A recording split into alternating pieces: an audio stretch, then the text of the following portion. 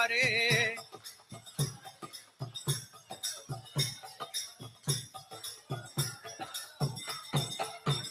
हरे कृष्णा कृष्णा कृष्णा हरे हरे, हरे राम राम राम हरे हरे।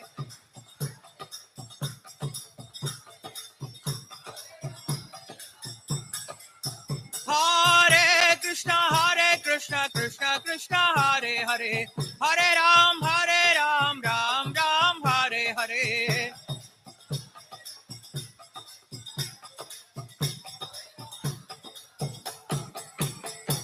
हरे कृष्णा कृष्णा कृष्णा हरे हरे, हरे राम राम राम हरे हरे।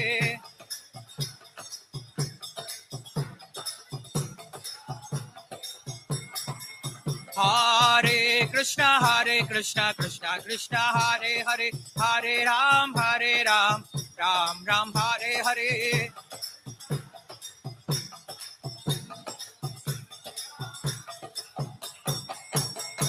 जय राधा माधव कुंज बिहारी, गोपी जन वल्लभ गिरिवरधारी। यशोदा नंदना व्रज जन रंजना, यशोदा नंदन व्रज जन रंजना। यमुना तीरावनचारी,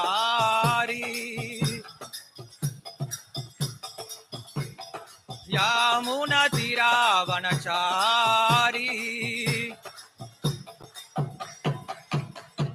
जय राधा माधव कुंज बिहारी, जय राधा माधव कुंज बिहारी।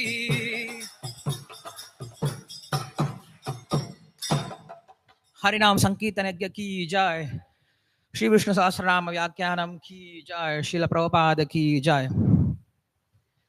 ओम नमो भगवते वासुदेवाय, ओम नमो भगवते वासुदेवाय, ओम नमो भगवते वासुदेवाय।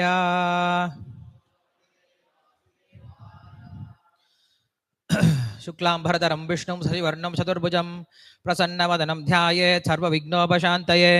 आसं वसिष्ठनप्तारं शक्ते पौत्रमकल्मषं पराशरात्मजं वन्दे सुखदातं तपोनिधिं। व्यासाय विष्णुरूपाय व्यासरूपाय विष्णवे नमो वैब्रह्मनिजये वासिष्ठाय नमो नमः। अविकाराय शुद्धाय नित्याय परमात्मने सतैकरूपरूपाय विष्णवे सर्वजिष्णवे, यस्य स्मरणमात्रेण जन्म संसारबन्धनात् विमुच्यते। नमस्तस्मै विष्णवे प्रभविष्णवे। ओम नमो विष्णवे प्रभविष्णवे। श्री वैशंपायन उवाच श्रुत्वा धर्मानशेषेण पावनानि च सर्वश युधिष्ठिरः शान्तनवं पुनरेवाभ्यभाषत। युधिष्ठिर उवाच किमेकं दैवतं लोके किं वाप्येकं परायणं स्तुवन्तत्तक्कमर्चन्तः प्राप्य युर्मानवाः शुभं। को धर्मः सर्वधर्माणां भवतः परमो मतः किं जपन्मुख्यते जन्तुर्जन्म संसारबन्धनात्। श्री भीष्म उवाच जगत्प्रभुं देवदेवमनन्तं पुरुषोत्तमं स्तुवन्नाम सहस्रेण पुरुषः सततोतितः। तमेव चार्चयन्नित्यं भक्त्या पुरुषमव्ययं ध्यायन् स्तुवं नमस्यं स यजमानस्तमेव च। अनादिनिधनं विष्णुं सर्वलोकमहेश्वरं लोकाध्यक्षं स्तुवन्नित्यं सर्वदुःखादिघो भवेत्। ब्रह्मज्ञं सर्वधर्मज्ञं लोकानां कीर्तिवर्धनं लोकनाथं महद्भूतं सर्वभूतभवोद्भवम्। एष मे सर्वधर्माणां धर्मोऽधिकतमो मतः यद्भक्त्या पुण्डरीकाक्षं स्तवैरक्षेन्नरः सदा। परमं यो महत्तेजः परमं यो महत्तपः परमं यो महद्ब्रह्म परमं यः परायणं। पवित्राणां पवित्रं यो मङ्गलानां च मङ्गलं दैवतं देवतानां च भूतानां योः पिता। यतः सर्वाणि भूतानि भवन्त्यादियुगागमे यस्मिन् च प्रलयं यान्ति पुनरेव युगक्षये। तस्य लोकप्रदानस्य जगन्नाथस्य भूपते विष्णोर्नाम सहस्रं मे शृणु पापभयापहम्। यानि नामानि गौणानि विख्यातानि महात्मनः ऋषिभिः परिगीतानि तानि वक्ष्यामि भूतये। नम ओं विष्णुपादाय कृष्णप्रेष्ठाय भूतले श्रीमते भक्तिवेदान्तस्वामिन्निति नामिने नमस्ते सारस्वते देवे गौरवाणी प्रचारिणे निर्विशेषशून्यवादी पाश्चात्यदेशतारिणे जय श्री कृष्ण चैतन्य प्रभु नित्यानंद श्री अद्वैत गदाधर श्रीवासादि गौरभक्त वृंद हरे कृष्णा कृष्ण कृष्ण हरे हरे हरे राम राम राम हरे हरे योऽन्तः प्रविश्य वाचमां प्रसुप्तां सञ्जीवयत् सकलशक्तिधरस्वधाम्ना अन्यामतः हस्तचरणश्रवणत्वकादीन् प्राणान् नमो भगवते पुरुषाय तुभ्यं पान्त्वस्मान् पुरुहूत वैरिबलवन्मातङ्गमाद्यद्घट कुम्भोच्छात्रि विपाटनादि कपटु प्रत्येक वज्रायिताः श्रीमत्कण्ठीरवास्य प्रदसुनकरा धारिदाराति दूर प्रध्वस्तत्वान्तः शान्त प्रवृत्त मनसा भाविता भूरिभागैः हरे कृष्ण நமஸ்காரம். ஸோ நம்ம இந்த விஷ்ணு சஹஸ்ரநாமம் அப்படின்ற கிரந்தத்திலிருந்து கடந்த வாரம் 128வது நாமம் வரைக்கும் பார்த்துருக்கோம். ஜனார்தனஹ அப்படின்ற நாமத்தோடு நிறுத்தியிருந்தோம். ஸோ இன்று நாம் வேதஹ அப்படின்ற நாமத்தில் ஆரம்பிக்க போகிறோம். பராசர பட்டருடைய வியாக்கியானத்தின் பிரகாரம் இந்த விஷ்ணு சஹஸ்ரநாமத்தில் முதல் 122 நாமங்கள் பகவானுடைய பரத்வத்தை பற்றி சொல்ல வந்தது. 123 தொடக்கமாக 147 வரைக்கும் அடுத்த 24 நாமங்கள் பகவானுடைய வியூகமூர்த்தியை பற்றி பேச வந்தது அப்படின்னு சொல்லி பேசியிருந்தோம். வியூகம் அப்படின்னா என்ன அப்படின்னா பிளான் இல்லையா? ஸோ பகவான் என்ன பண்ணியிருக்கார் அப்படின்னா இந்த உலகத்தை ஆள்வதற்கு இல்லை இந்த உலகத்தை வெல்வதற்கு ஒரு பிளான் வச்சிருக்காராம். அந்த பிளான் தானே சொல்றோம் வியூகமூர்த்தி அப்படின்னு சொல்றோம். பகவானுடைய வியூகமூர்த்திகள் நமக்கு தெரியும். நம்ம ஸ்ரீமத் பாகவத்திலையும் பகவானுடைய வியூகமூர்த்திகளை பத்தி பேசப்பட்டிருக்கு. வியூகமூர்த்திகள் என்னென்ன? பகவானுடைய வியூகமூர்த்திகள் யார் யாரு? எஸ், வாசுதேவ, சங்கர்ஷண, பிரத்யும்ன, அனிருத்தர்கள் அப்படின்னு 4 பேர் இருக்காங்க. அதை தாண்டி இந்த பிரபஞ்சத்துக்கான வியூகமூர்த்திகள் யாரு? காரணோதக, கர்ப்போதக, க்ஷீரோதக அப்படின்னு 3 விதமான வியூகமூர்த்திகள் சொல்லப்படுது. வியூகம் அப்படின்னா பிளான், ஸ்ட்ராட்டஜி அப்படின்னு பேசணும் இல்லையா? ஸோ பகவான் என்ன பண்றார்? இந்த உலகத்தை படைத்து காத்து அழிக்கக்கூடிய இந்த இவ்வளவு பெரிய காரியத்திற்கு ஒரு பிளான் போட்டிருக்கார். அந்த பிளான் தான் என்ன சொல்றோம்? வியூகம் அப்படின்னு சொல்றோம். அந்த பிளானை நிறைவேற்றுவதற்காக எடுத்த அவதாரங்களுக்கு பேர் தான் வியூகமூர்த்திகள் அப்படின்னு சொல்றோம். இந்த வியூகமூர்த்திகளை விளக்க வந்த 24 நாமங்கள்ல நாம் கடந்த வாரத்துல 6 நாமங்களை பார்த்தோம். அந்த 6 நாமங்கள் வியூகமூர்த்தியினுடைய 3 முக்கியமான மூர்த்திகள், அதாவது சங்கர்ஷண, பிரத்யும்ன, அனிருத்தர்கள் அப்படின்ற இவங்க 3 பேருடைய 2 குணங்களாக 6 நாமங்களை பார்த்திருந்தோம். ஸோ இன்னைக்கு நான் பார்க்க போறது என்ன அப்படின்னா சங்கர்ஷணர் அப்படின்னு சொல்லக்கூடிய அந்த வியூகமூர்த்தியினுடைய முக்கியமான செயல்பாடு என்ன அப்படின்ற அவருடைய குணங்களை பத்தி பார்க்க போறோம். அவருடைய செயல்பாடுகளை பத்தி பார்க்க போறோம். சங்கர்ஷணர் அப்படின்னு சொல்லும் போது நம்ம முன்னாடியே சொல்லியிருந்தோம் இந்த 4 வியூகமூர்த்திகள் என்ன பண்ணுவாங்க அப்படின்னு சொல்லிட்டு. இதுல சங்கர்ஷணர் என்ன பண்ணுவார் அப்படின்னா வேத ஞானத்தை கொடுக்கக்கூடியவரா இருக்கார் இந்த உலகத்துல.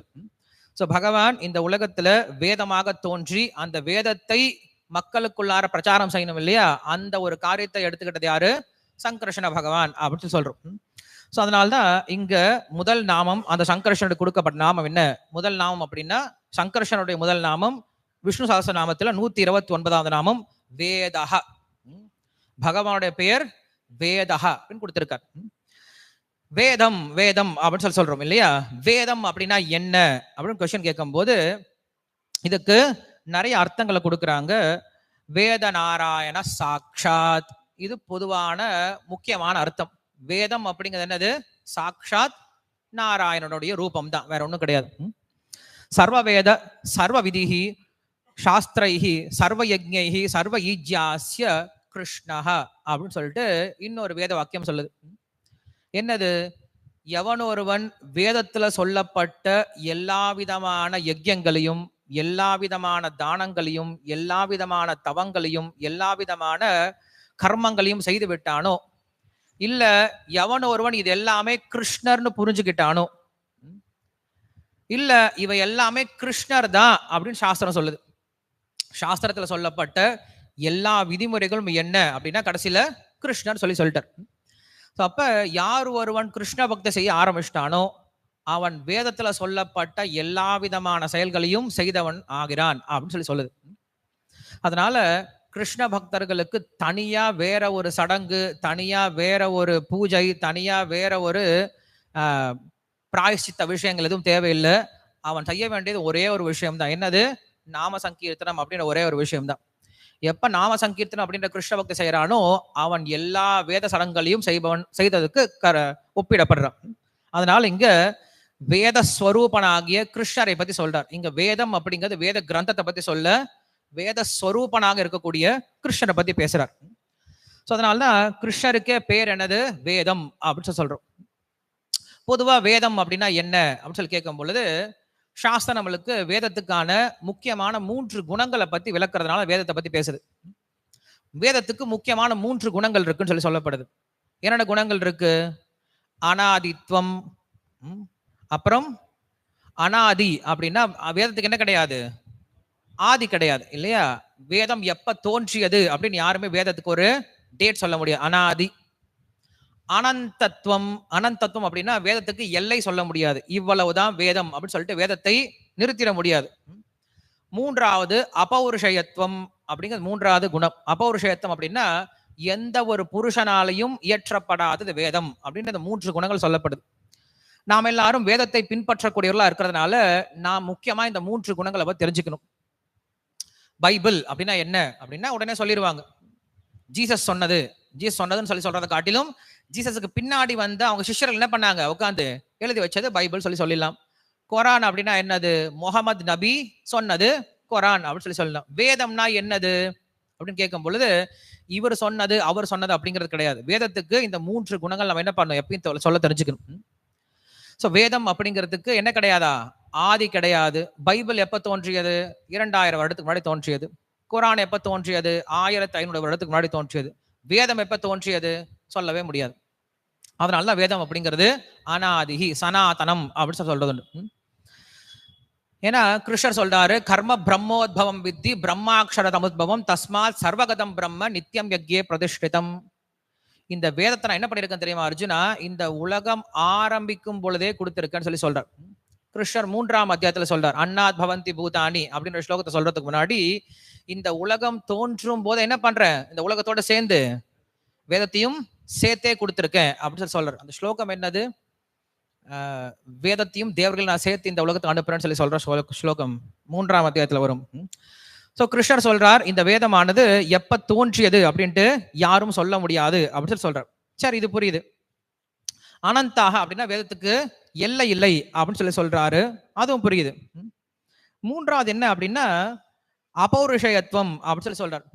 அபௌருஷயத்துவம் அப்படின்னா வேதம் அப்படிங்கிறது எந்த ஒரு புருஷனாலையும் எழுதப்படாதது அப்படின்னு சொல்லி சொல்றார். ஒரு நிமிஷம். எஸ்திந்திரியான மனசா நோ நியதம் குரு கர்மத்துவம் சஹ யஜ்ஞா பிரஜா சிருஷ்டுவா புரோவாச்ச பிரஜாபதி அனேன பிரசவிஷத்வம் ஏஷவோ துஷ்ட காமதுக்கு அப்படின்ற ஸ்லோகம் 3:10 இருக்கு. சஹ யஜ்ஞா பிரஜா சிருஷ்டுவா, இந்த உலகத்தை படைக்கும் போது என்ன பண்றேன்? நான் வேதத்தையும் சேர்த்தே கொடுத்து அமைச்சேன்னு சொல்லி சொல்றார். உலகம் எப்ப படைக்கப்பட்டது யாருக்கும் தெரியாது. அதனால வேதத்துக்கும் காலம் கிடையாது. அனாதி, அனந்தம், எல்லையற்றது. அபௌருஷயத்துவம், வேதம் எந்த ஒரு மனிதனாலும் எழுதப்படல அப்படின்னு சொல்றோம். எந்த ஒரு மனிதனாலும் அப்படின்னா யாரு? மனிதர்களா? மனிதர்கள் கிடையாது. சரி, ரிஷிகளா? ரிஷிகளும் கிடையாது. ரிஷிகளும் வேதத்தை எழுதல. சரி, தேவர்கள் வேதத்தை எழுதியிருப்பாங்களா அப்படின்னா தேவர்களும் வேதத்தை எழுதல.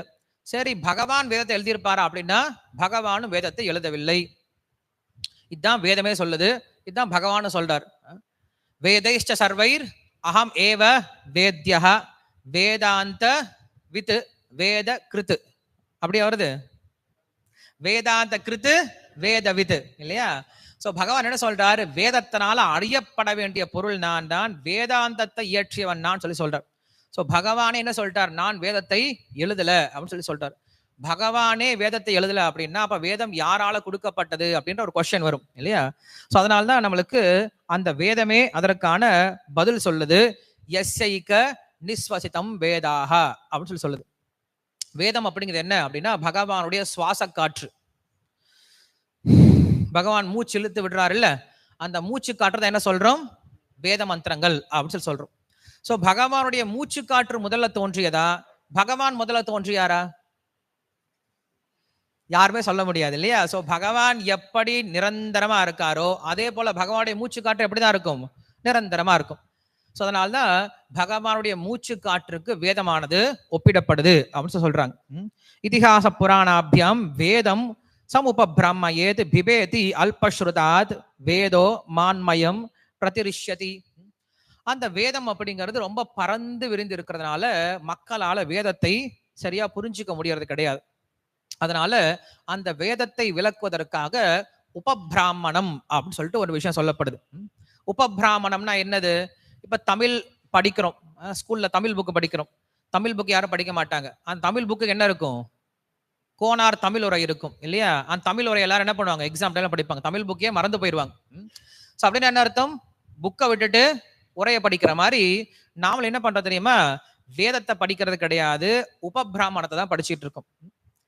வேதம் ரெண்டா பிரிக்கப்படுது. என்னது? பூர்வ பாகம் உத்தர பாகம் ரெண்டா பிரிக்கப்படும். பூர்வ பாகம் அப்படிங்கிறது கர்ம காண்டத்தை பத்தி பேசும். உத்தர பாகம் அப்படிங்கிறது ஞான காண்டத்தை பத்தி பேசும். பூர்வ பாகம் அப்படிங்கிறது கர்ம விஷயங்கள், இந்த உலகத்தில் நாம் எப்படி வாழ வேண்டும் அப்படிங்கிற விஷயத்தை பத்தி பேசுறது பூர்வ பாகம், கர்ம பாகம். உத்தரகாண்டம் அப்படிங்கிறது உத்தர பாகம் அப்படிங்கிறது இந்த உலகத்துல நாம் எப்படி கிளம்பி போறது அப்படிங்கிற விஷயத்தை பத்தி பேசும். ரெண்டுமே முக்கியம் தானே? இந்த உலகத்துல ரெண்டுமே முக்கியம். வாழ்வதும் முக்கியம், கிளம்புறது முக்கியம் இல்லையா? வாழ்ந்துட்டே இருக்கக்கூடாது. அதே போல கிளம்புறத பத்தியே பேசினாலும் என்ன ஆயிடும்? மக்கள் ஓடி போயிடுவாங்க இல்லையா? என்ன சாமி ஏதாவது வாழ்றதுக்கு வழி சொன்னீங்கன்னா நீங்க என்ன பண்றீங்க? பார்த்தாலும் சாகரத்தையே வழி சொல்லிட்டு இருக்கீங்க இல்லையா? ஸோ அப்ப வேதம் என்ன பண்ணுது அப்படின்னா ரெண்டு விஷயத்தை பத்தி பேசுது.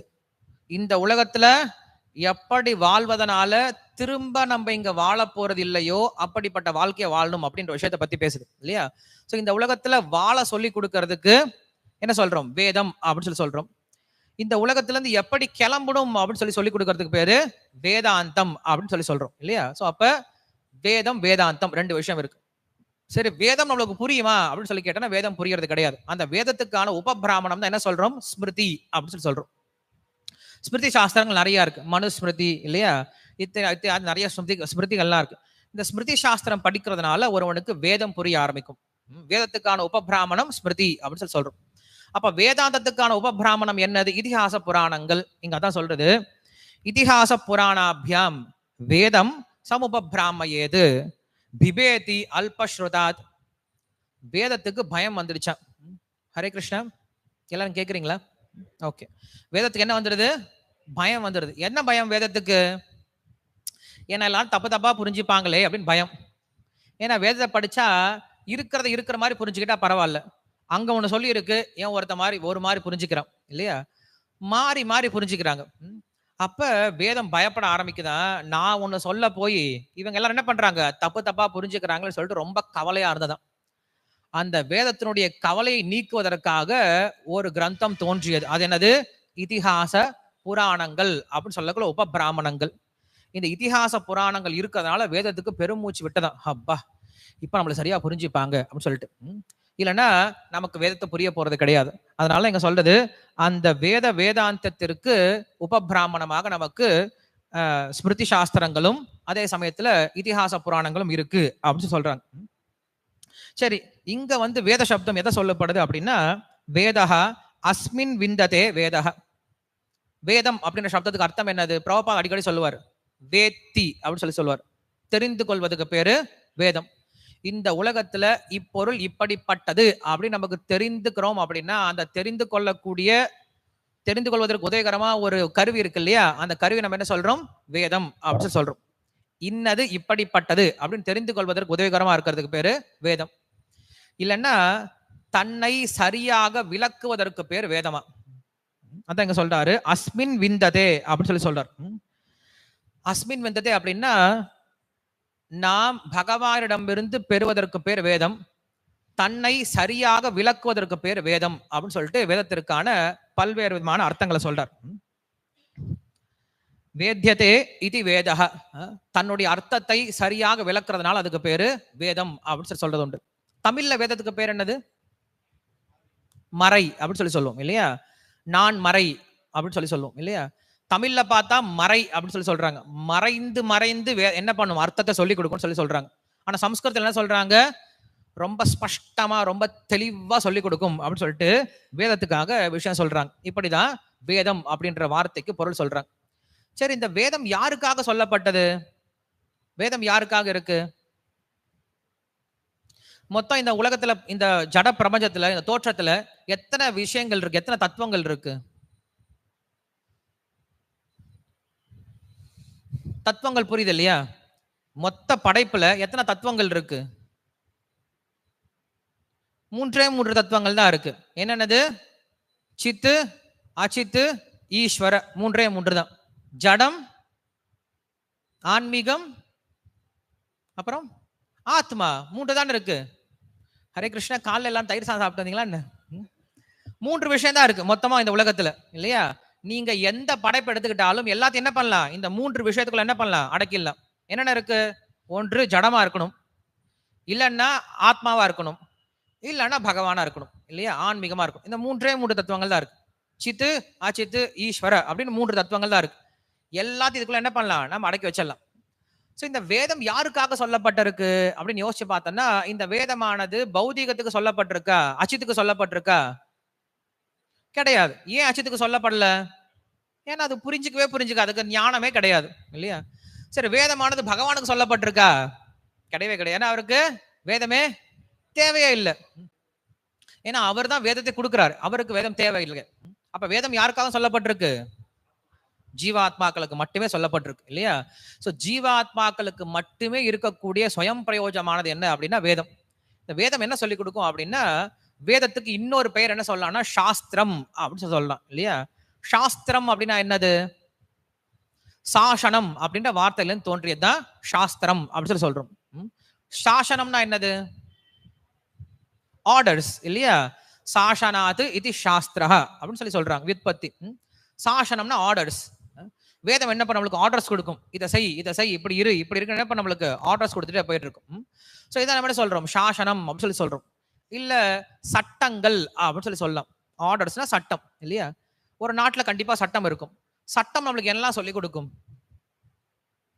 சட்டங்கள், ஒரு நாட்டுடைய சட்டம் நம்மளுக்கு எல்லாம் சொல்லிக் கொடுக்கும். எதை செய்யணும், எதை செய்யக்கூடாது, அப்புறம் நம்முடைய உரிமைகள் என்னது, அப்புறம் அதான் உரிமைகள் கடமைகள்லாம் உள்ள வந்துருது. அப்புறம் பிரச்சனை வந்து அந்த பிரச்சனைல இருந்து எப்படி விடுபடுறது, இல்லையா? நாளுக்கு தான் என்ன பண்ணுவோம்? கண்டிப்பா சட்டத்துக்கிட்ட போவோம். இதே தான் சாஸ்திரம் செஞ்சு கொடுக்குது. சாஸ்திரம் பாபம் என்ன, புண்ணியம் என்ன, இல்லையா? அதே போல தன்னுடைய நிலைமை என்னது, தான் எப்படிப்பட்டவன் அப்படிங்கிற விஷயத்தையும், கடைசியாக தனக்கு ஒரு பிரச்சனை வந்து அந்த பிரச்சனைல இருந்து எப்படி விடுபடுவது அப்படிங்கிற விஷயத்தை என்ன பண்ண சாஸ்திரம் சொல்லி கொடுக்குது. சாஸ்திரத்தில் 5 பொருட்கள் இருக்குன்னு சொல்லி சொல்றாங்க. ஒவ்வொரு சாஸ்திரமும் 5 சப்ஜெக்ட் மேட்டர்ஸை பத்தி பேசுமா. பிராப்தஸ்ச பிரம்மண ரூபம், பிராப்திஷ்ச பிரத்யகாத்மனஹ, பிராப்திபாயம் பலம் பிராப்தேஹே, பிராப்தி விரோதிஸ்ததா வதந்தி சகலா வேதாக ச புராண இதிகாசகாக அப்படின்னு சொல்லிட்டு வேதாந்த வாதினஹ அப்படின்னு சொல்லி சொல்றார். என்னது? பிராப்தஸ்ச பிரம்மணோ ரூபம், பிரம்மன் அப்படின்னு சொல்லக்கூடிய பகவானை பற்றி பேசும். பிராப்திஷ்ச பிரத்யகாத்மனஹ, ஆத்மாவை பற்றி பேசும். பிராப்திபாயம், இந்த பிரம்மனாகிய அந்த பகவானை இந்த ஆத்மா எப்படி அடைவது, பிராப்திபாயம். பலம் பிராப்தேகே, இந்த ஆத்மா பகவானை அடைந்த பிறகு அதற்கு கிடைக்கக்கூடிய பலன் என்னது, பிராப்தம் பலம் பிராப்தேகே. இது 4 பேசினா மட்டும் பத்தாது, இன்னொரு விஷயம் கண்டிப்பா பேசி ஆகணும். என்னது? பிராப்தி விரோதி ஸ்ததா, இந்த ஆத்மா அந்த பகவானை அடையாம இருக்கிறதுக்கு ஏதோ ஒரு விரோதி என்ன பண்ணிட்டு இருக்கு, இந்த ஆத்மாவை தடுத்துட்டு இருக்கு. அந்த விரோதி என்ன அப்படின்னு சொல்லிட்டு இந்த 5 விஷயங்களை பேசுறதா என்ன சொல்றோம்? சாஸ்திரம், வேதம், இதிகாசம், புராணம் அப்படின்னு சொல்லி சொல்றோம். சோ இப்ப என்ன, உங்களுக்கு கிட்ட யாராவது கேட்டாங்க என்ன பண்ணும்? கரெக்டா சொல்லணும். எந்த ஒரு இதிகாசமோ புராணமோ வேதமோ என்ன விஷயத்தை பத்தி பேசும் அப்படின்னு சொல்லி சொன்னா இந்த 5 விஷயங்களை கரெக்டா சொல்லணும். என்னென்ன விஷயங்கள் யார் சொல்ல முடியும்? கை தூக்கிட்டு சொல்லுங்க பார்க்கலாம். இந்த 5 விஷயத்தை யார் சொல்ல முடியும் கரெக்டா? இப்பதானே சொன்னேன்.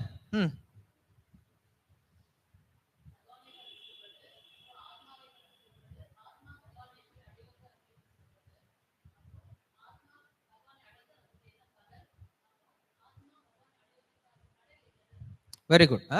இந்த 5 விஷயங்கள் தான் எல்லா சாஸ்திரமும் பேசும். இதுக்கு பேர் என்ன சொல்றோம்? வேதங்கள் அப்படின்னு சொல்லி சொல்றோம், இல்லையா? இதுதான் நம்ம சாஸ்திரம் அப்படின்னு சொல்லி சொல்லலாம். இதுக்கு நிறைய பெயர்கள் கொடுக்கலாம். சோ இப்படி இந்த 5 விஷயங்கள் என்ன பண்றாரு பகவான் நமக்கு கொடுத்துறதுனால அவருக்கு பேர் என்ன சொல்றோம்? வேதஹா அப்படின்னு சொல்லிட்டு. பகவான் தான் எல்லா வேதத்துக்கும் சாரமா இருக்கான், எல்லா வேதத்தினாலையும் அறியப்படக்கூடியவனா இருக்கான். அந்த வேதத்தை கொடுத்ததுனால அவனுக்கு பேரு வேதஹா அப்படின்னு பேர் கொடுத்திருக்காரு. 129வது நாமம். ஓகே. அடுத்தது 130வது நாமம் வேதவித் அப்படின்னு பேர் கொடுக்கிறார். வேதவித் அப்படின்னா வேதங்களை நன்கு அறிந்தவன் அப்படின்னு அர்த்தம் கொடுக்கிறார். வேதவித் அப்படின்னு சொல்லி சொல்றார். வேதார்த்தம் வேத்தி இதி வேதவித். யார் ஒருவனுக்கு வேதம் நன்கு தெரியுமோ அவனுக்கு பேரு வேதவித். வேதான் விந்தே விசாரியத்தே இது வேதவித். எவன் ஒருவன் தனக்கு நன்கு அறிந்த வேதத்தை மற்றவர்களுக்கும் புரியும்படி சொல்லிக் கொடுக்கிறானோ அவனுக்கு பேரு வேதவித். வேதம் தனக்கு தெரிஞ்சா மட்டும் பத்தாது, தெரிஞ்ச விஷயத்தை என்ன பண்ணும், மற்றவங்களுக்கு சொல்லிக் கொடுக்கணும். எப்படி சொல்லிக் கொடுக்கணும்? புரியுற மாதிரி சொல்லிக் கொடுக்கணும் இல்லையா? உட்காந்து பேசிட்டு அப்பா 1.5 மணி நேரம் நல்லா பேசினாங்க, என்ன பேசினாங்க அது ஒன்றும் புரியவே இல்லை, அவ்வளோ நல்லா பேசினாங்க இல்லையா? அப்படி இருக்கக்கூடாது இல்லையா? ஸோ பேசின விஷயம் தெரிஞ்ச விஷயத்த என்ன பண்ணும், மற்றவங்களுக்கு புரியுற மாதிரி சொல்லிக் கொடுக்கணும் இல்லையா? அதனால உனக்கு பேரு வேதவித் அப்படின்னு சொல்லி சொல்றார். கிருஷ்ணர் இதுக்காகவே தனியா ஒரு ஸ்லோகம் வச்சிருக்காரு பகவத்கீதையில. இப்பதான் சொன்னோம் இல்லையா? வேதைஷ்ட சர்வைர் அகமேவ வேத்யா வேதாந்த கிருத்து வேதவித் ஏவ சாகம். நான் தான் வேதத்தை அறிந்தவன் அப்படின்னு சொல்லி சொல்றேன். ஸோ இந்த இடத்துல நம்ம 3 விதமா அர்த்தத்தை புரிஞ்சுக்கலாம். என்னென்னது? வேதைஷ்ட சர்வைர் வேத்யா, நான் வேதத்தை அறிந்திருக்கிறேன். வேதைர் ஏவ அகம் வேத்யா, வேதத்தினால மட்டுமே என்னை அறிய முடியும். வேதைஹி அகமேவ வேத்யா. அதே போல வேதங்கள் என்னை மட்டுமே விளக்க வந்தது அப்படின்னு இந்த 3 அர்த்தங்கள் என்ன பண்ணலாம், இந்த ஒரு ஸ்லோகத்தை எடுத்துக்கலாம். என்ன அர்த்தம்? நான் வேதத்தை அறிந்தவனா இருக்கேன். 2வது, வேதங்கள் மட்டுமே என்னை தெரிவிக்கும் இல்லையா? முதல் அர்த்தம் நான் வேதத்தை தெரிந்தவனா இருக்கிறேன். 2வது அர்த்தம் வேதங்கள் மட்டுமே என்னை அறிவிக்கும், என்னை பற்றி பேசும். 3வது அர்த்தம் என்னது? 3வது என்ன சொன்னேன்? அந்த வேதங்கள் என்னை பற்றி மட்டுமே பேசும் அப்படிங்கிற விஷயத்தை சொல்றார். 3க்கும் 3 விதமான அர்த்தம் இருக்கு, நல்லா புரிஞ்சுக்கோங்க. 3க்கும் 3 விதமான அர்த்தம் இருக்கு. ஒன்று, எனக்கு தான் வேதம் தெரியும். 2வது, அந்த வேதத்தினால மட்டும்தான் என்ன புரிஞ்சுக்க முடியும். 3வது, எல்லா வேதங்களும் என்னை பற்றி மட்டும்தான் பேசும். இந்த 3 அர்த்தங்களையும் புரிஞ்சுக்கணும். இது 3மே பார்க்கறதுக்கு ஒரே மாதிரி இருக்கும், ஆனா இதுக்கு நடுவில் பெரிய வித்தியாசங்கள் இருக்கு இல்லையா? ஸோ தான் இங்க சொல்றாரு. இந்த 3 விஷயங்களை சொல்லும் போது ஒருத்தர் கேள்வி கேட்கலாம், ஏன் கிருஷ்ணர் இப்படி திடீர்னு சொல்லிக்கிட்டாரு, எனக்கு தான் வேதம் தெரியும், எனக்கு தான் வேதம் தெரியும்னு சொல்லிட்டு. இப்போ ஒருத்தர் சொல்றாரு, எனக்கு வேதம் தெரியும் சுவாமி அப்படின்னு சொல்லி சொல்றாரு. இன்னொருத்தர் சொல்றாரு, இல்லப்பா உனக்கு வேதம்லாம் தெரியாது அப்படின்னு சொல்லி சொல்றாரு. மறுபடியும் நம்ம என்ன சொல்லுவோம், அது எப்படி நீங்க சொல்லலாம், இல்ல எனக்கு வேதம் தெரியும் அப்படின்னு என்ன பண்ணலாம், மறுபடியும் உங்களை நீங்களே நிரூபிச்சுக்கலாம். ஸோ இதுக்கு பேரு அயோக்கிய விவஸ்சேதம் அப்படின்னு சொல்லிட்டு ஒரு வாக்கியம் சொல்லப்படுது. அயோக்கிய விவஸ்சேதம் அப்படின்னா ஒருத்தர் இல்லைன்னு சொல்லி சொல்றது என்ன பண்றேன், இருக்குன்னு சொல்லி நிரூபிக்கிறது. சொன்னேன் இல்லையா? கிருஷ்ணர் ஏன் திடீர்னு எனக்கு தான் வேதம் தெரியும், நான் தான் வேதத்தெல்லாம் தெரியப்பட வேண்டியவன், எனக்கு தான் வேதம் தெரியும், ஏன் கிருஷ்ணர் திடீர்னு சொல்லிக்கிட்டார்? யாராவது கிருஷ்ணர்கிட்ட சொன்னாங்களா என்ன, கிருஷ்ணா உனக்கு வேதமே தெரியாது யாராவது சொன்னாங்களா என்ன? சொன்னாதான் சொல்லணும் கிருஷ்ணர். யாராவது சொல்லியிருக்கணும், அர்ஜுனன் சொல்லியிருக்கணும், கிருஷ்ணா உனக்கு வேதமே தெரியாதுப்பா அப்படின்னு சொல்லியிருந்தா என்ன பண்ணிருப்பாரு கிருஷ்ணர்? உடனே இல்லப்பா எனக்கு வேதம் தெரியும் அப்படின்னு சொல்லியிருக்கலாம். ஆனா பகவத்கீதையில எங்கேயுமே அப்படி ஒரு வார்த்தையே இல்லையே. கிருஷ்ணர் கிட்ட அர்ஜுனன் கிருஷ்ணா உனக்கு வேதமே தெரியாதுன்னு எங்க சொல்லியிருக்காரா? சொல்லவே இல்லை. ஆனா கிருஷ்ணரை ஏன் இங்க தன்னைத்தானே அப்படி பேசிக்கிறார் அப்படின்னு சொல்லும் போது இங்க அயோக விவஸ்சேதம் அப்படிங்கிற விஷயத்தை பத்தி கிருஷ்ணர் பேசல, அந்நியோக விவஸ்சேதம் அப்படிங்கிற விஷயத்தை பத்தி கிருஷ்ணர் பேசுறார் அப்படின்னு சொல்றார்.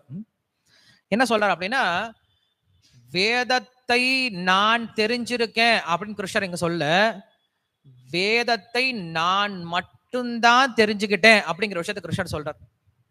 அப்படின்னா என்ன அர்த்தம்? மற்றவங்களுக்கு வேதத்தை புரிஞ்சிக்க முடியாது, மற்றவங்க வேதத்தை புரிஞ்சிக்க முடியாது அப்படின்னு அர்த்தம். அது என்ன அப்படி சொல்லிட்டீங்க, ஏன் வேதத்தை எங்களால புரிஞ்சிக்க முடியாதா அப்படின்னா, கண்டிப்பா புரிஞ்சுக்கலாம். ஆனா கிருஷ்ணர் புரிஞ்சுக்கிட்ட அளவுக்கு நம்மளால என்ன பண்ண முடியாது, வேதத்தை புரிஞ்சிக்க முடியாது. கிருஷ்ணர் வேதத்தை முழுமையா புரிஞ்சிக்க முடியும். நாம் கிருஷ்ணர் நம்மளை எவ்வளவு புரிஞ்சிக்க வைக்கிறாரோ அந்த அளவுக்கு தான் புரிஞ்சிக்க முடியும். அதனால கிருஷ்ணர் சொல்றாரு, எனக்கு தான் வேதம் எல்லாமே தெரியும் அப்படின்னு சொல்றாரு. இதுதான் வேதவித்து அப்படின்ற விஷயத்த சொல்றார். இன்னொரு அர்த்தத்தை சொல்றாரு. இந்த ஸ்லோகம் எங்க வருது அப்படின்னா, பகவான் 15வது அத்தியாயத்துல பேசுறார். 15வது அத்தியாயத்துல பேசும் பொழுது இதற்கு முன்னாடி ஸ்லோகத்தை பார்த்தீங்கன்னு வச்சுக்கோங்களேன், தேவர்கள் வழிபாடை பத்தி பேசியிருப்பார் பகவான். ஸோ தேவர்கள் வழிபாடை பத்தி பேசும்போது அவர் சொல்றாரு, இந்த உலகத்துல நிறைய பேர் வேதத்தை படிக்கிறாங்க, வேதத்தை படிச்சு வேதத்தை புரிஞ்சுக்கிட்டேன்னு கூட சொல்றாங்க. ஆனா அவங்களுக்கு என்ன தெரியுமா புரிய மாட்டேங்குது? வேதத்துல சொல்லப்பட்ட இந்திரனோ, வேதத்துல சொல்லப்பட்ட சந்திரனோ, வேதத்துல சொல்லப்பட்ட அக்னியோ, இவங்கள் எல்லாருக்குள்ளாரையும் நான் பரமாத்மாவாக இருக்கிறதுனால தான் ஒருத்தன் இந்திரனாவும் இருக்கான், சந்திரனாவும் இருக்கான், அக்னியாவும் இருக்கான். அதனால வேதத்துல சொல்லப்பட்ட எல்லா சப்தங்களும் யாரதான் குறிக்கும்? பகவானை தான் குறிக்கும் இல்லையா? ஏன்னா பகவான் தான் என்ன பண்றாரு? அவங்களுக்குள்ள பரமாத்மாவை இருந்து எல்லாத்தையும் செயல்படுத்திட்டு இருக்காரு. அதனால அப்படிப்பட்ட பரமாத்மாவை தெரிஞ்சுக்காதனால அவர்களுக்கு வேதம் புரியறது கிடையாது அப்படின்ற விஷயத்த சொல்றேன். கொஞ்சம் நீங்க கவனமா கவனிக்கணும். இது கொஞ்சம் தத்துவ விஷயங்களா இருக்கனால கொஞ்சம் நீங்க மறந்துங்க எங்கேயாவது அங்கங்க பாத்தீங்கன்னாலும் புரியாது. சோ கிருஷ்ணர் இங்க என்ன சொல்ல வர அப்படின்னா, தேவர்கள் வழிபாடை எங்க என்ன பண்றாருன்னா கண்டனம் பண்றார். தேவர்களை தனியா வழிபடணும் அப்படின்ற அவசியம் கிடையாது. உண்மையில தேவர்கள் வழிபாடு அப்படிங்கிறது ஒன்றும் கிடையாது. யாரை வழிபட்டாலும் அது யாரதான் உண்மையில போய் சேரணுமா? பகவானை தான் போய் சேரணுமா? ஆனா அவிதிபூர்வகம் அப்படின்னு சொல்றார். அவிதிபூர்வகம் அப்படின்னா நேரடியா கிருஷ்ணரை வழிபடாம என்ன பண்றாங்க? இவங்க தேவர்களை வழிபடுறாங்கன்னு சொல்லிட்டு கிருஷ்ணர் ரொம்ப வருத்தப்படுறார். ஒரு உதாரணம் சொல்லணும். இந்த உடல் இருக்கு. இந்த உடல்ல என்னுடைய கை இருக்கு. நான் என்ன பண்றேன்? ஒருத்தருக்கு உதவி பண்றேன், கையால உதவி பண்றேன். சோ கையால உதவி பண்ண அப்படின்னா யாருக்கு பூஜை பண்ணணும்? யாருக்கு நன்றி சொல்லணும்? எனக்கா கைக்கா? நபருக்கு தான் சொல்லணும். கைக்கு போய் பூஜை பண்ணா தனியா கையை தூக்கி போய் வச்சுக்கிட்டு கைக்கு ஆரத்தி பண்றோம். ஏன்டா கைக்கு பூஜை பண்றேன்? ஏன்னா கைதானே கொடுத்தது, தானம் கொடுத்தது அப்படின்னு சொன்னான்னா எவ்வளவு முட்டாள்தனமான விஷயமோ. உண்மையில கையை பூஜை பண்றதும் அந்த நபரை பூஜை பண்றதுக்கு சமம் தான். ஆனா கையை மட்டும் பூஜை பண்ணனா பாக்குறவன் நினைப்பான், ஏன்னா அவன் பைத்தியக்காரனா இருக்கான், கையை போய் பூஜை பண்ணிட்டு இருக்கான், என்ன பூஜை பண்ணாம. ஏன்னா நாம் சொல்லலாம் என்ன பண்ணாது, கையை கொடுக்கவே கொடுக்காது. அது போல நான் கட்டளை இடல அப்படின்னா தேவர்களால் என்ன பண்ண முடியாது, எந்த வரத்தையும் யாருக்குமே கொடுக்க முடியாது. அப்ப இவங்க என்ன பண்றது இல்ல, என்னை வழிபடாம தேவர்களை போய் இப்படி சுத்தி வழிபட்டு இருக்காங்களே அப்படின்னு சொல்லிட்டு என்ன பண்றாரு கிருஷ்ணர் வருத்தப்படுறார். இந்த விஷயத்த சொல்லும் போதுதான் இந்த ஸ்லோகம் வருது. அதனால கிருஷ்ணர் சொல்றாரு, உண்மையில யாருக்கு வேதம் தெரியும் அப்படின்னா யார் ஒருவன் தேவர்களுக்கும் அந்தர்யாமியாக பகவான் இருந்து செயல்படுறதுனால அந்த பகவானை வழிபடுவதுதான் உண்மையான கடமை அப்படிங்கிற விஷயத்த புரிஞ்சுக்கலையோ அவன் வேதத்தை அறியாதவன். அதை நான் தெரிஞ்சனா இருக்கலாம், எனக்கு பேரு வேதவித்து அப்படின்னு சொல்லிட்டு கிருஷ்ணர் இங்க அர்த்தம் சொல்றார். அதுக்கப்புறம் சொல்றாரு, அந்த வேதத்தை தான் அறிந்தது மட்டும் இல்லாம என்ன பண்றாரு, அந்த வேதத்தை எல்லாருக்குமே கொடுக்கிறாராம். என்ன சொல்றது, ஸ்ரீமத் பாகவத் என்ன சொல்றது, ஆரம்பத்திலே சொல்லக்கூடியதுல நம்மளுக்கு இந்த வேதம் முதல்ல யார் கிருஷ்ணர் கொடுத்தாரு? தேனே பிரம்மஹிருதாய ஆதி கவையே அப்படின்னு சொல்றார். இந்த வேதத்தை கிருஷ்ணர் என்ன பண்ணாரா, முதல்ல ஆதி கவின்னு சொல்லக்கூடிய பிரம்மா கொடுக்கிறார். அதே விஷயமானது இங்க ஸ்வேதாசதர உபனிஷத்துல சொல்லப்படுது. யோ பிராமணம் விததாதி பூர்வம் யோவை வேதாம்ச்ச பிரணிஹிதோசி தஸ்மை தஹதேவம் ஆத்ம புத்தி பிரகாசம் முமுக்ஷுபிர் வை சரணமகம் பிரபத்தே. ஸோ வேதமானது இங்க இருக்கக்கூடிய எல்லா ஆத்மாக்களுக்கும் கொடுக்கப்படுது. என்ன காரணத்திற்காக?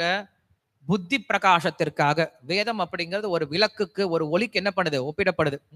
ஸோ வேதம் இருக்கிறதுனால மட்டும்தான் என்ன பண்ண முடியும், ஒரு மனிதன் தன்னுடைய வாழ்க்கையில எந்த விதமான பிரச்சனை எல்லாம் நடக்க முடியும். ஒளி இல்லாம நடந்தா என்ன ஆகும், எங்கேயாவது அடிபட்டு கீழே விழுந்துருவோம், கீழே என்ன இருக்குன்னே தெரியாது.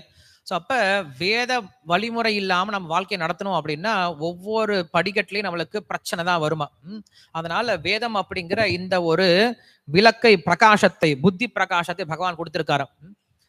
இன்னொரு இடத்துல சாஸ்திரத்தை சொல்லப்படுது, பகவான் ஒருத்தரை பாதுகாக்கிறார் அப்படின்னா என்ன அர்த்தம் அப்படின்னு சொல்லப்படுது.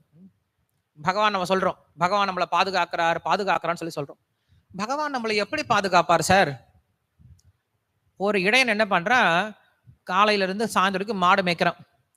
சாயந்தரம் என்ன பண்றான், அந்த மாட்டை எல்லாத்தையும் தொழுவத்துல போய் கட்டி வச்சு பூட்டி வச்சிடறான். இப்படிதான் பகவான் நம்மளை மேய்க்கிறாரோ அப்படின்னு ஒருத்தர் கொஸ்டின் கேட்கலாம் இல்லையா?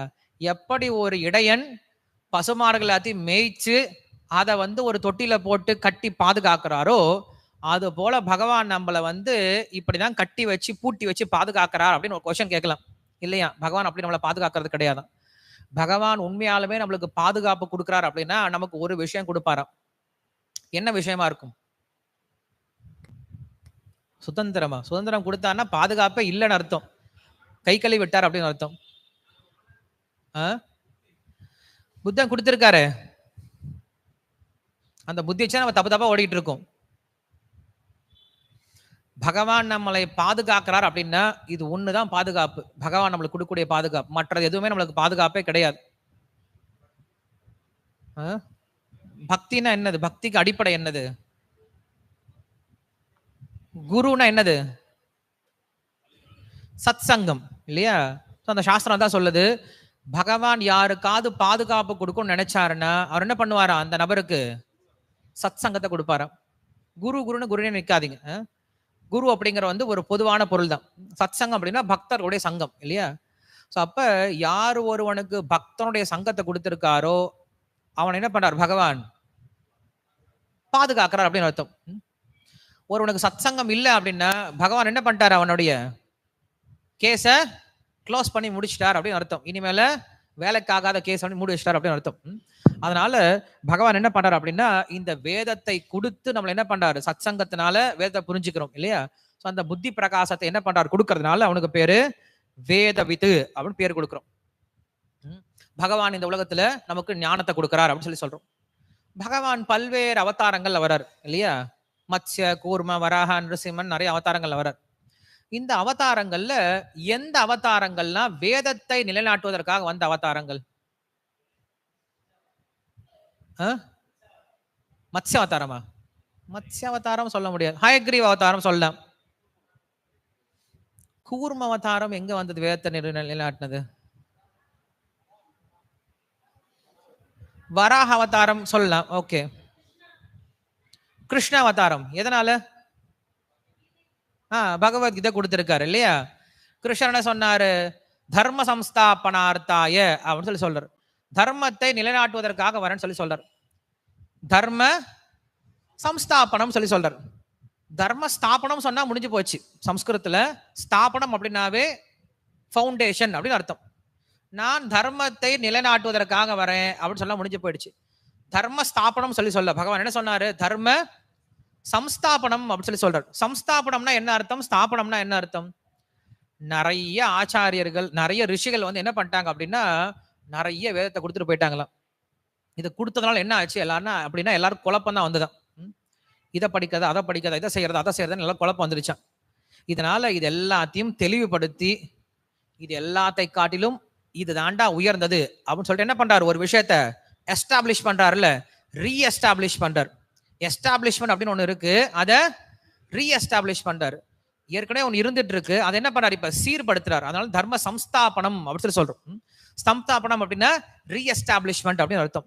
ஸோ அப்ப கிருஷ்ணர் என்ன பண்ணியிருக்காரு அப்படின்னா கிருஷ்ணர் தான் தர்மத்தினுடைய ஸ்வரூபமா இருக்கிறதுனால தர்மத்தை நிலைநாட்டுறார் அப்படின்னு சொல்லி புரிஞ்சுக்கிறோம். ஓகே. கிருஷ்ண அவதாரம். வேற என்ன அவதாரங்கள்லாம் இருக்கு? ராம அவதாரத்தை எங்க வேதத்தை நிலைநாட்டுறார்? வேதத்தை பத்தி சொல்லாரு. அவர் பேசுறதே ரொம்ப கம்மி. ஹம்ச அவதாரம். Very good. பகவான் என்ன பண்ணார்? ஹம்ச அவதாரத்தை எடுத்து வேதத்தை யாருக்கு சொல்லி கொடுத்தாரு? பிரம்மாவுக்கு, குமாரர்களுக்கா? பிரம்மாவுக்கு சொல்லி கொடுத்தார், குமாரர்களுக்கு சொல்லி கொடுத்தார். ஓகே. வேற என்ன அவதாரம்? ரொம்ப முக்கியமான அவதாரத்தை சொல்ல மாட்டேங்கிறீங்களே. வியாச அவதாரம் இல்லையா? வியாசர் யாரு? வியாசாய விஷ்ணு ரூபாய அப்படின்னு சொல்றோம் இல்லையா? ஒரு அவதாரம். இந்த ஒரு அவதாரம் இல்லை அப்படின்னா நமக்கு எந்த அவதாரமே தெரியாது. அந்த ஒரு அவதாரம் யாரு? வியாசர். வியாசர்ன்ற ஒரு அவதாரம் வரலன்னு வச்சுக்கோங்களேன், நமக்கு கிருஷ்ணரையும் தெரியாது, நமக்கு மத்சத்தையும் தெரியாது, நரசிம்மத்தையும் தெரியாது, எதுவுமே தெரியாது. ஸோ அப்ப ஒரு அவதாரம் மற்ற எல்லா அவதாரத்துக்கும் மூலம், ஒரு அவதாரம் எல்லா அவதாரத்துக்கும் அடித்தளமா இருக்கு அப்படின்னா அந்த ரொம்ப முக்கியமான அவதாரம் யாரு தானே? வியாச அவதாரம் அப்படிங்கிறது. அதனால எல்லா அவதாரத்தை நாம் கொண்டாடுறதை காட்டிலும் எந்த அவதாரத்தை அதிகமா கொண்டாடணும்? வியாசர் அதிகமா கொண்டாடணும் இல்லையா? நம்ம பெருசா வியாசரை பத்தி யோசிக்கிறதே கிடையாது. அடுத்தது வருது, ஐ திங்க் ஜூலை மாசம் வருதுன்னு நினைக்கிறேன். ஜூலை மாசம் குரு பூர்ணிமான்னு சொல்லி சொல்லும், வியாச பூர்ணிமான்னு சொல்லி கொண்டாடுவோம். ரொம்ப முக்கியமான அவதாரம் இல்லையா? சோ அப்படி என்ன பண்றாரு பகவான்? வேதங்களை இங்க கொடுப்பதற்காகவே பல அவதாரங்கள் எடுத்து வந்ததுனால அவனுக்கு பேரு வேதவித்து அப்படின்னு பேர் கொடுத்திருக்காரு. 131வது நாமம் அவ்யங்கா அப்படின்னு அடுத்த நாமம். அவ்யங்கம் அப்படின்னா என்னது? வியங்கம் அப்படின்னா இம்பர்ஃபெக்ஷன், அவ்யங்கம் அப்படின்னா கொஞ்சம் கூட இம்பர்ஃபெக்ஷன் அற்றவன் அப்படின்னு அர்த்தம். அவ்யங்கா அப்படின்னு அர்த்தத்தை கொடுக்கிறார். கம்ப்ளீட் பர்ஃபெக்ஷன் அப்படிங்கறத என்ன சொல்றோம்? அவ்யங்கம் அப்படின்னு சொல்றோம். ஸ்ரீமத் பாகவத்துல ஒரு கேள்வி கேட்கப்படுது. யுதிஷ்ட மகாராஜன் ஒரு கேள்வி கேட்கிறார் நாரதர் கிட்ட. பகவானே, நாங்க கேள்விப்பட்டிருக்கோம். என்ன கேள்விப்பட்டிருக்கோம்? கிருஷ்ணருக்கு பக்தி செஞ்சா மோட்சம் அடையலாம், கிருஷ்ணருக்கு பக்தி செஞ்சா கிருஷ்ணர் அடையலாம் நான் கேள்விப்பட்டிருக்கோம். ஆனா கிருஷ்ணரை பார்த்தா அப்படி தெரியலையே. கிருஷ்ணர் மேல துவேஷம் பண்ணவன் கூட என்ன பண்ணிட்டான்? கிருஷ்ணர் அடைஞ்சிட்டான். கிருஷ்ணரை சதா சர்வகாலம் தினசரி என்ன பண்ணிட்டான்? திட்டிக்கிட்டே இருந்தான். அவன் என்ன பண்ணிட்டான்? மோட்சம் போயிட்டான். கிருஷ்ணர் மேல அவ்வளவு பொறாமையோட இருந்தான். அவன் என்ன பண்ணிட்டான்? மோட்சத்துக்கு போயிட்டான். இது எப்படி சாத்தியம்? கிருஷ்ணர் மேல காம ஆசை வச்சிருந்தாங்க, அவங்களும் மோட்சத்துக்கு போயிட்டாங்க இல்லையா? கிருஷ்ணரை தன்னுடைய சின்ன குழந்தை போல, தன்னுடைய ரிலேட்டிவ் போல, தன்னுடைய ஃப்ரெண்டை போல எப்படியெல்லாம் அவமானப்படுத்த முடியுமோ அப்படியெல்லாம் அவமானப்படுத்துறாங்க. அவனும் மோட்சம் போயிட்டான். இதெல்லாம் அநியாயமா இல்லையா? இது எப்படிங்க சாத்தியம் அப்படின்னு கொஸ்டின் கேட்கிறாங்க. அந்த கேள்வியே கேட்காதடா. ஏன்னா அப்படிப்பட்ட ரூபம் அது. கிருஷ்ண ரூபம் இருக்கு இல்லையா, அந்த ரூபத்தை போல ஒரு கருணை வாய்ந்த ரூபம் எதுவுமே கிடையாதான். ஏன்னா அந்த ரூபம் எப்படிப்பட்டது அப்படின்னா, நீ துவேஷம் செஞ்சாலும் சரி, நீ என்னை திட்டுனாலும் சரி, என் மேல அம்பு விட்டாலும் சரி, என் மேல பொறாமப்பட்டாலும் சரி, நீ என்னை எப்படி அணுகுனாலும் சரி, உனக்கு என்ன கொடுத்துருவேன்? நான் மோட்சத்தை கொடுத்துருவேன். விஷப்பால் கொடுத்தவளுக்கு என்ன பண்ணிட்டாரு கிருஷ்ணர்? மோட்சத்தை கொடுத்தாரு இல்லையா? இந்த ஒரு குணம் இருக்கு இல்லையா, அதனால அவனுக்கு பேர் என்ன சொல்றாரு? அவ்யங்கா. எல்லா வகையிலும் ரொம்ப பர்ஃபெக்டா இருப்பாராம். இம்பர்ஃபெக்ஷன் என்ன கிடையாது பகவான் கிட்ட, கிடையவே கிடையாது. எப்பயும் பூர்ணமா இருப்பாராம். பூர்ணம் அப்படின்னா என்ன அர்த்தம்? பூர்ணத்தோட யாரெல்லாம் தொடர்புக்கு வராங்களோ எல்லாரும் என்ன ஆயிடுவாங்க? பூர்ணம் ஆயிடுவாங்க தானே பூர்ணம்னு அர்த்தம் இல்லையா? இன்ஃபினிட்டி அப்படின்னு சொல்லி சொல்றோம். இன்ஃபினிட்டி அப்படின்னா என்ன அர்த்தம்? இன்ஃபினிட்டியோட எதெல்லாம் சேருது அதெல்லாம் என்ன ஆயிடும்? இன்ஃபினிட்டி ஆயிடும். இன்ஃபினிட்டி வந்து எதெல்லாம் கழிச்சா அதெல்லாம் என்ன ஆயிடும்? மறுபடியும் இன்ஃபினிட்டி தான் ஆகும் இல்லையா? அது போல பகவான் இங்க அவ்யங்கா, பூரணமானவன். ஏன் பூரணமானவன்? பகவானை திட்டுனாலும் சரி, பகவானுக்கு விஷம் கொடுத்தாலும் சரி, பகவானை நீ எட்டி உதைச்சாலும் சரி, பகவான் மேல ஒருத்தன் நிறைய பொறாமை கொண்டிருந்தாலும் சரி, பகவானை கொல்லவே வந்தாலும் சரி, அவனுக்கு என்ன கொடுப்பாரா பகவான்? மோட்சம் கொடுத்து வரான். இந்த பகவான் யார் தானா? கிருஷ்ணர் தானே. இந்த ஒரு ஸ்பெஷல் ஃபார்ம் கிருஷ்ணர் கிட்ட, இந்த ஒரு ஸ்பெஷல் மெர்சி கிருஷ்ணர் கிட்ட மட்டும்தான் இருக்கான். அதனால அந்த கேள்வியே கேட்காதரா நீயே அப்படின்னு சொல்லிட்டு என்ன பண்ற, நாரதர் வந்து யுதிஷ்டிர மகாராஜ் சொல்றார். அதனால அவனுக்கு பேரு அவ்யங்கா அப்படின்னு பேர் கொடுத்திருக்காரு. இன்னொரு பொதுவான அர்த்தம் என்ன அப்படின்னா, வேதத்திற்கு 6 அங்கங்கள் சொல்லப்படுது. வேதம் எத்தனை இருக்கு? 4 வேதங்கள். ரிக், யஜுர், சாம, அதர்வணம் சொல்லி சொல்றோம். இந்த வேதத்திற்கு அங்கங்களாக 6 விஷயங்கள் சொல்லப்படுது. அங்கம்னா என்னது? பார்ட்ஸ் இல்லையா? பாடிலி பார்ட்ஸ் சொல்றோம் இல்லையா? அது போல வேதத்திற்கு, வேதம் அப்படின்ற புருஷனுக்கு 6 அங்கங்கள் இருக்குன்னு சொல்லி சொல்றது. என்னென்னது இங்க ஒன்னா சொல்லப்படுது? முதல்ல சொல்லப்படுது வியாக்கரணம். வியாக்கரணம்னா என்னது? கிராமர் இல்லையா? நான் ஃபர்ஸ்ட் ஒன்னா சொல்லிடுறேன், அதுக்கப்புறம் எக்ஸ்பிளேஷன் கொடுக்குறேன். ரெண்டாவது ஜோதிஷம், ஜோதிஷ் சாஸ்திரம். மூன்றாவது சிக்ஷை, ஃபோனோட்டிக்ஸ் அப்படின்னு சொல்லி சொல்லுவோம் இல்லையா? நான்காவது சந்தஸ், மீட்டர்ஸ். ஐந்தாவது நிருக்தி, டிக்ஷனரி. ஆறாவது கல்பம் அப்படின்னு சொல்லக்கூடிய ரிச்சுவல்ஸ். இந்த 6 விஷயங்களும் வேத அங்கங்கள் அப்படின்னு சொல்லி சொல்றது உண்டு. வேதாங்கம் நிறைய கேள்விப்பட்டிருப்போம். வேத அங்கங்கள்லாம் என்னது? இந்த 6 விஷயங்கள் என்னென்னது? முதல்ல வர்றது என்னன்னா சிக்ஷை அப்படின்னு சொல்லி சொல்றோம். சிக்ஷைனா என்னது? இப்ப வேதத்தை படிக்கணும்னு சொல்லி சொல்லிட்டோம். வேதத்தை படிக்கணும்னா முதல்ல என்ன தெரியும் நம்மளுக்கு? ஃபர்ஸ்ட் லெட்டர்ஸ் தெரியணும் இல்லையா? ஃபர்ஸ்ட் எழுத்துக்கள் தெரியணும், அக்ஷரம் தெரியணும் இல்லையா? ஸோ நீங்க சொல்றாரு சிக்ஷாயாம் வர்ண சிக்ஷா அப்படின்னு சொல்லி சொல்றாங்க. முதல்ல வர்ணங்களை சொல்லி கொடுக்கறது பேர் என்ன சொல்றோம்? சிக்ஷா அப்படின்னு சொல்லி சொல்றோம். இந்த சிக்ஷா எடுத்து பாத்தீங்க அப்படின்னா அ ஆ இ ஈ உ ஊ அப்படின்னு சொல்லிட்டு இந்த எழுத்துக்களை, ஒவ்வொரு எழுத்துக்களும் எப்படி உச்சரிக்கணும் அப்படின்னு சொல்லி கொடுக்கறதுக்கு பேரு சிக்ஷை அப்படின்னு சொல்லி சொல்றோம். இதுல பார்த்தோம் அப்படின்னா பாணினியோடைய சிக்ஷா விஷயங்கள் சொல்லப்படும். ஸோ பாணினி என்ன பண்றாரு அப்படின்னா முதல்ல சம்ஸ்கிருதத்துக்கு என்ன பண்றாரு? உட்கார்ந்து வியாக்கரணம் எழுதுறாரு. அவர் சொல்றாரு இந்த எழுத்துக்கள்லாம் எப்படி தோன்றியது அப்படின்னு சொல்லி சொல்றாரு. சம்ஸ்கிருத எழுத்துக்கள் இருக்குல்ல, சொல்றோம் இல்லையா, இது எப்படி தோன்றியது அப்படின்னு சொல்லி சொன்னோம் அப்படின்னா இதை பாணினி ஒரு மாதிரி சொல்றாரு, ரூப கோஸ்வாமி ஒரு மாதிரி சொல்றாரு. பாணினி என்ன சொல்றாரு அப்படின்னா, சிவனுடைய டமரு இருக்குல்ல, அந்த டமரு என்ன பண்றாரு? டப டப டப டபன்னு ஆட்டுறாராம். அந்த டமருடைய சப்தத்துல இருந்து என்ன ஆகுது அப்படின்னா இந்த எழுத்துக்கள்லாம் தோன்ற ஆரம்பிக்குது. ஐ ஒன்னு, ரிலுக்கு, ஜபடதஸ், ஜபதஸ், ஜபகடதஸ் அப்படின்னு சொல்லிட்டு பாணினியுடைய சூத்திரங்களை பார்த்தோம் அப்படின்னா இப்படிதான் இருக்குமா. அந்த உடுக்கை சத்தம் எப்படி இருக்கோ அது போல தோன்றியது அப்படின்னு சொல்லி சொல்லப்படுது. இதே ரூப கோஸ்வாமி என்ன பண்ணிருக்காரு? அவர் ஒரு சம்ஸ்கிருதத்துக்கு ஒரு வியாக்கரணம் எழுதியிருக்காரு, ஹரிநாமாமிருத வியாக்கரணம் அப்படின்னு சொல்லிட்டு. அவர் என்ன சொல்றாரு? நாராயணாத் உத்புதோயம் வர்ணக்கிரமஹ அப்படின்னு சொல்லி சொல்றாரு. இவர் என்ன சொல்றாரு? சிவன் கிட்ட இருந்து எல்லாம் தோன்றியதுன்னு சொல்லி சொல்றாரு. அவர் என்ன சொல்றாரு? நாராயணன் கிட்ட இருந்து எல்லாம் தோன்றியது. எப்படி புரிஞ்சுக்கிறது? இப்பதானே சொன்னோம் நம்ம, சிவனுடைய பரமாத்மாவை யார் தான் இருக்காரு? நாராயணன் தான் இருக்காரு. அதனால சிவனை சொல்லியும் சிவனை சிவன் சொன்னாலும் தப்பு கிடையாது, அந்த சிவனை நாராயணன் சொல்லாலும் தப்பு கிடையாது. இந்த உடல் இருக்கு, இந்த உடம்பு இருக்கு அப்படின்னா நான் இவரை எப்படி கூப்பிட முடியும்? ஹே உடம்பேன்னு சொல்லி கூப்பிட முடியுமா, இல்ல கனகோபால்புரம் சொல்லி கூப்பிட முடியுமா? கனகோபால்புரம் கூப்பிடுறேன். இப்ப கனகோபால்புரம் சொல்லி கூப்பிட்டேன்னா ஆத்மா திரும்பி பார்க்குமா, உடம்பு திரும்பி பார்க்குமா? ரெண்டுமே தான் பார்க்கும் இல்லையா? சோ அப்ப நான் ஒரு பேரை சொல்லி என்ன பண்ண முடியும்? ரெண்டுமே சொல்ல முடியும் இல்லையா? ஆத்மாவையும் சொல்ல முடியும், உடம்பையும் சொல்ல முடியும். ரெண்டுமே தான் குறிக்கும். அதனால இங்க சொல்றாரு அவ்யங்கா அப்படின்னா இந்த 6 அங்கங்களையும் உடையவன் பகவான் சொல்லி சொல்றார்.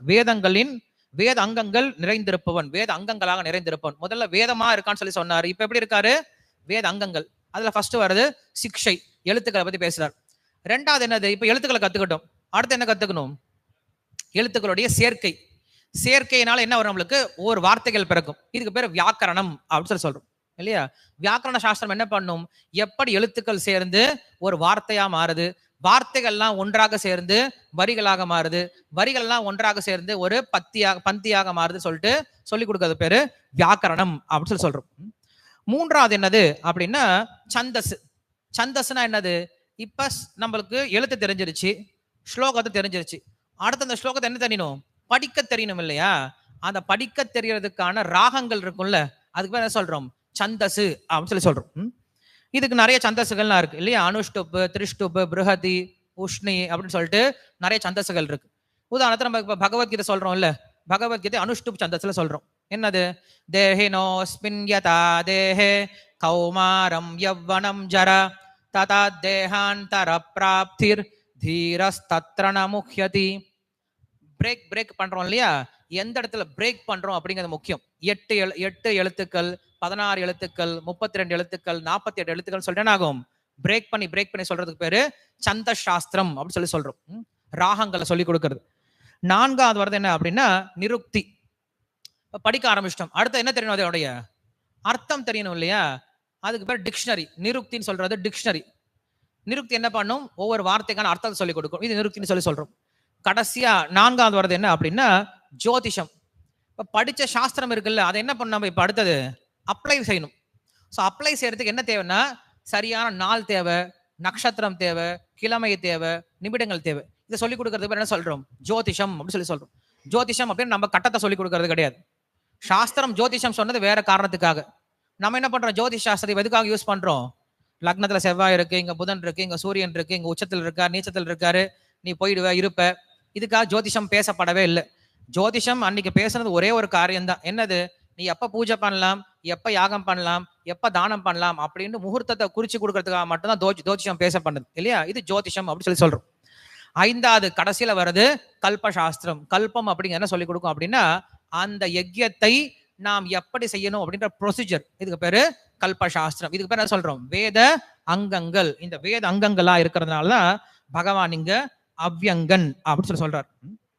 சரி, அதுக்கப்புறம் வேதாங்கா அப்படின்ட்டு பகவானுக்கு அடுத்த ஒரு பெயரை கொடுக்கிறாரு. வேதங்களை தன்னுடைய சரீரமாக கொண்டுள்ளான் அப்படின்னு சொல்றார். இப்ப நான் சொன்னேன் இந்த 6 விஷயம் சொன்னோம் இல்லையா? இந்த 6 விஷயம் பகவானுடைய சரீரமா இருக்கான். இப்ப நீங்க யோசிச்சு பாருங்க, எதெல்லாம் சரீரமா இருக்கும்? முதல்ல சிக்ஷா அப்படிங்கிறது பகவானுடைய என்னவா இருக்கா? அவருடைய மூக்கா இருக்கு. பகவானுடைய வாய் என்னவா இருக்கு? வியாக்கரணம் இல்லையா? சோ பகவானுடைய கண்கள் என்னவா இருக்கு? ஜோதிஷம். பகவானுடைய கைகள் என்னவா இருக்கு? கல்பசாஸ்திரம். சோ பகவானுடைய காதுகளா என்ன இருக்கு? நிருக்தம் அப்படின்ற சாஸ்திரம். இந்த 6 சாஸ்திரங்களை தன்னுடைய அங்கமா கொண்டிருக்கிறதுனால உனக்கு பேரு வேதாங்கா அப்படின்னு பேர் கொடுத்திருக்கார். சரி, எனவே நம்மளுக்கு இன்னைக்கு நேரம் ஆயிடுச்சு. 9 மணிக்குள்ளார இன்னைக்கு ப்ரோக்ராம் முடிக்கணும். அடுத்தது வேற ஒரு நிகழ்ச்சி இருக்கிறதுனால மேபி அடுத்த வாரம் பார்க்கலாம். பிரபு 6 ஆமா 6 இருக்கு. 1 சிக்ஷா, 2வது வருது வியாக்கரணம், 3வது நிருக்தி, 4வது ஜோதிஷம், அடுத்தது கல்பம், அடுத்தது வியாக்கரணம் சந்தஸ். கல்பம்ன்றது ரிச்சுவல்ஸ் அப்படின்னா கைகள், பகவானுடைய கைகள். என்ன ரிச்சுவல்? கை கண்டிப்பா தேவை இல்லையா? சோ வேதத்துக்கு இந்த 6 அங்கங்களா சொல்லப்படுது. அதனால பகவானுக்கே பேர் என்ன சொல்றாரு அப்படின்னா வேதாங்கா அப்படின்னு கொடுத்திருக்காரு. வேதத்தை தன்னுடைய அங்கமாக கொண்டிருக்கார். பகவான் பகவத்கீதையினுடைய 17ஆம் அத்தியாயத்துல சொல்றாரு, அசுரர்கள் என்ன கொஞ்சம் கொஞ்சமா வெட்டிடுறாங்க அப்படின்னு சொல்றாரு. பகவானை வெட்டிடுறாங்களா? எப்படி வெட்ட முடியும்?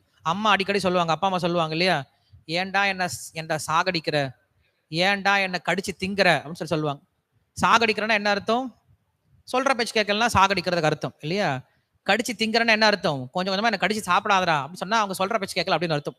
ஸோ எப்ப ஒருவன் வேதத்தை பின்பற்றலையோ நாம் என்ன பண்றோம்? பகவானை கொஞ்சம் கொஞ்சமா கடிச்சு கடிச்சு சாப்பிட்டு இருக்கோமா, இல்ல பகவானை கொஞ்சம் கொஞ்சமா கொண்டுட்டு இருக்கோம் அப்படின்னு சொல்றாரு. ஸோ பகவான் ரொம்ப வருத்தப்படுறாரு, என்னை உங்களை சாவடிக்கிறாங்கடா அப்படின்னு சொல்லிட்டு பகவானே தலை அடிச்சுக்கிறார். அதெல்லாம் சொல்றாரு, யஹ சாஸ்திர விதி முத்ஸ்ருஜ்ய வர்த்ததே காமகாரதः நச சித்திம் அவாப்னோதி ந சுகம் ந பராங்கதிம். எவன் ஒருவன் சாஸ்திர விதிமுறைகளை புறக்கணித்து விட்டு, யஹ சாஸ்திர விதி முத்ஸ்ருஜ்ய வர்த்ததே வாழ்றான். எப்படி வாழ்றான்? காமகாரதः தான் இஷ்டம் வந்த மாதிரி வாழ ஆரம்பிச்சிட்டான். இன்னைக்கு எல்லாருக்கும் ஒரு ரூல் இருக்கு, மை லைஃப் மை ரூல்ஸ் இல்லையா? எல்லாரும் எழுதி ஒட்டிக்கிறாங்க, மை லைஃப் மை ரூல்ஸ். எங்கேயும் சொல்ல முடியாது இந்த மாதிரி, சொன்ன அடிதான் விழும் இல்லையா? ஆனா சொல்லிட்டு இருக்காங்க. ஸோ அதான் கிருஷ்ணர் சொல்றாரு, எவன் ஒருவன் தனக்கென்று சாஸ்திரத்தை பின்பற்றாம தான் இஷ்டத்துக்கு வாழ ஆரம்பிக்கிறானோ அவனுக்கு என்ன கிடைக்காதா? நச சித்திம் அவாப்னோதி ந சுகம் ந பராங்கதிம். வெற்றியும் கிடைக்காது, நச சித்திம் அவாப்னோதி ந சுகம், சந்தோஷம் அடைய போறது கிடையாது, ந பராங்கதிம், அவன் பகவானை அடைய போறதும் கிடையாது, அவனுக்கு தோல்வி மட்டும் தான் கிடைக்கும் அப்படின்னு சொல்றாரு. அதனால கிருஷ்ணர் சொல்றாரு, தஸ்மாத் சாஸ்திரம் பிரமாணம் தே. அதனால மனித வாழ்க்கையினுடைய ஒரே ஒரு பிரமாணம் என்னதானா? கைட்லைன்ஸ் அப்படிங்கிறது சாஸ்திரம் தானே. நாம் வாழ்க்கையில எந்த ஒரு காரியத்தை செய்யறதா இருந்தாலும் ஃபர்ஸ்ட் எதை ரெஃபர் பண்ணுமா? சாஸ்திரத்தை பார்க்கணும். சாஸ்திரத்துல சொல்லப்பட்ட காரியங்களை மட்டும்தான் பண்ணும், சாஸ்திரத்தை சொல்லப்படாத காரியங்களை பண்ணவே கூடாது. அதான் சொல்றாரு, தஸ்மாத் சாஸ்திரம் பிரமாணம் தே காரியா காரிய வியவஸ்திதோ.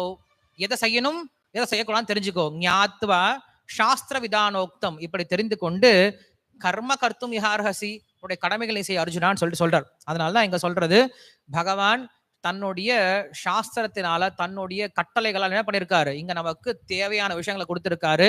அதை ஃபாலோ பண்ணலன்னு வச்சுக்கோங்களேன், கிருஷ்ணர் சொல்றாரு, கர்ம பிரம்மோத்பவம் வித்தி பிரம்மாட்சர தமுத்பவம் தஸ்மாத் சர்வகதம் பிரம்ம நித்தியம் யக்ஞே பிரதிஷ்டிதம் ஏவம் பிரவர்த்திதம் சக்கரம் நானுவர்த்த யகிஹயஹ அஹாயுர் இந்திரியாராமோ மோகம் பார்த்தச ஜீவதி. இதான் கடைசியில இந்த ரொம்ப முக்கியம். என்ன சொல்றாரு? அவன் வாழ்றதே வேஸ்ட் அப்படின்னு சொல்றாரு. பொதுவா நம்ம யார்கிட்டயாவது நீ வேஸ்டான்னு பேர் வாங்குறது ரொம்ப கெட்டதுதான். நேரா பகவானே வந்து நம்மள சொல்றாரு, நீ எல்லாம் இருக்கிறதே வேஸ்டான்னு சொன்னா அதை விட ஒரு அவமானம் எதுவுமே கிடையாது இல்லையா? ஏன்னா பகவானே ஒருத்தரை வேஸ்ட்னு சொல்றாருன்னா அதை விட நம்மளுக்கு கெட்ட பேர் எதுவும் கிடையாது. ஸோ பகவானே சொல்றாரு, நான் இந்த சாஸ்திர விதிமுறைகளை ஏற்படுத்தி இருக்கேன், இந்த சாஸ்திர விதிமுறைகளை எவன் ஒருவன் பின்பற்றவில்லையோ அவன் இந்த உலகத்துல வாழ்றதே தண்டம், பாரம், பிரயோஜனமே இல்லைன்னு சொல்லிட்டார். அதனால கிருஷ்ணர் கிட்ட நம்ம என்ன பண்ண வேண்டாம்? கெட்ட பேரு வாங்கிக்க வேண்டாம். அதான் ரொம்ப முக்கியம். ஸோ இதோட நம்ம நிறுத்திடலாம். 132 நாமத்தோட அடுத்தது நம்ம வரக்கூடிய வகுப்புல அடுத்த முக்கியமான நாமங்களை பார்க்க ஆரம்பிக்கலாம். ஸ்ரீ விஷ்ணு சஹஸ்ரநாம வியாக்கியானம் கி ஜாய், ஸ்ரீல பிரபுபாத கி ஜாய். ஹரே கிருஷ்ணா.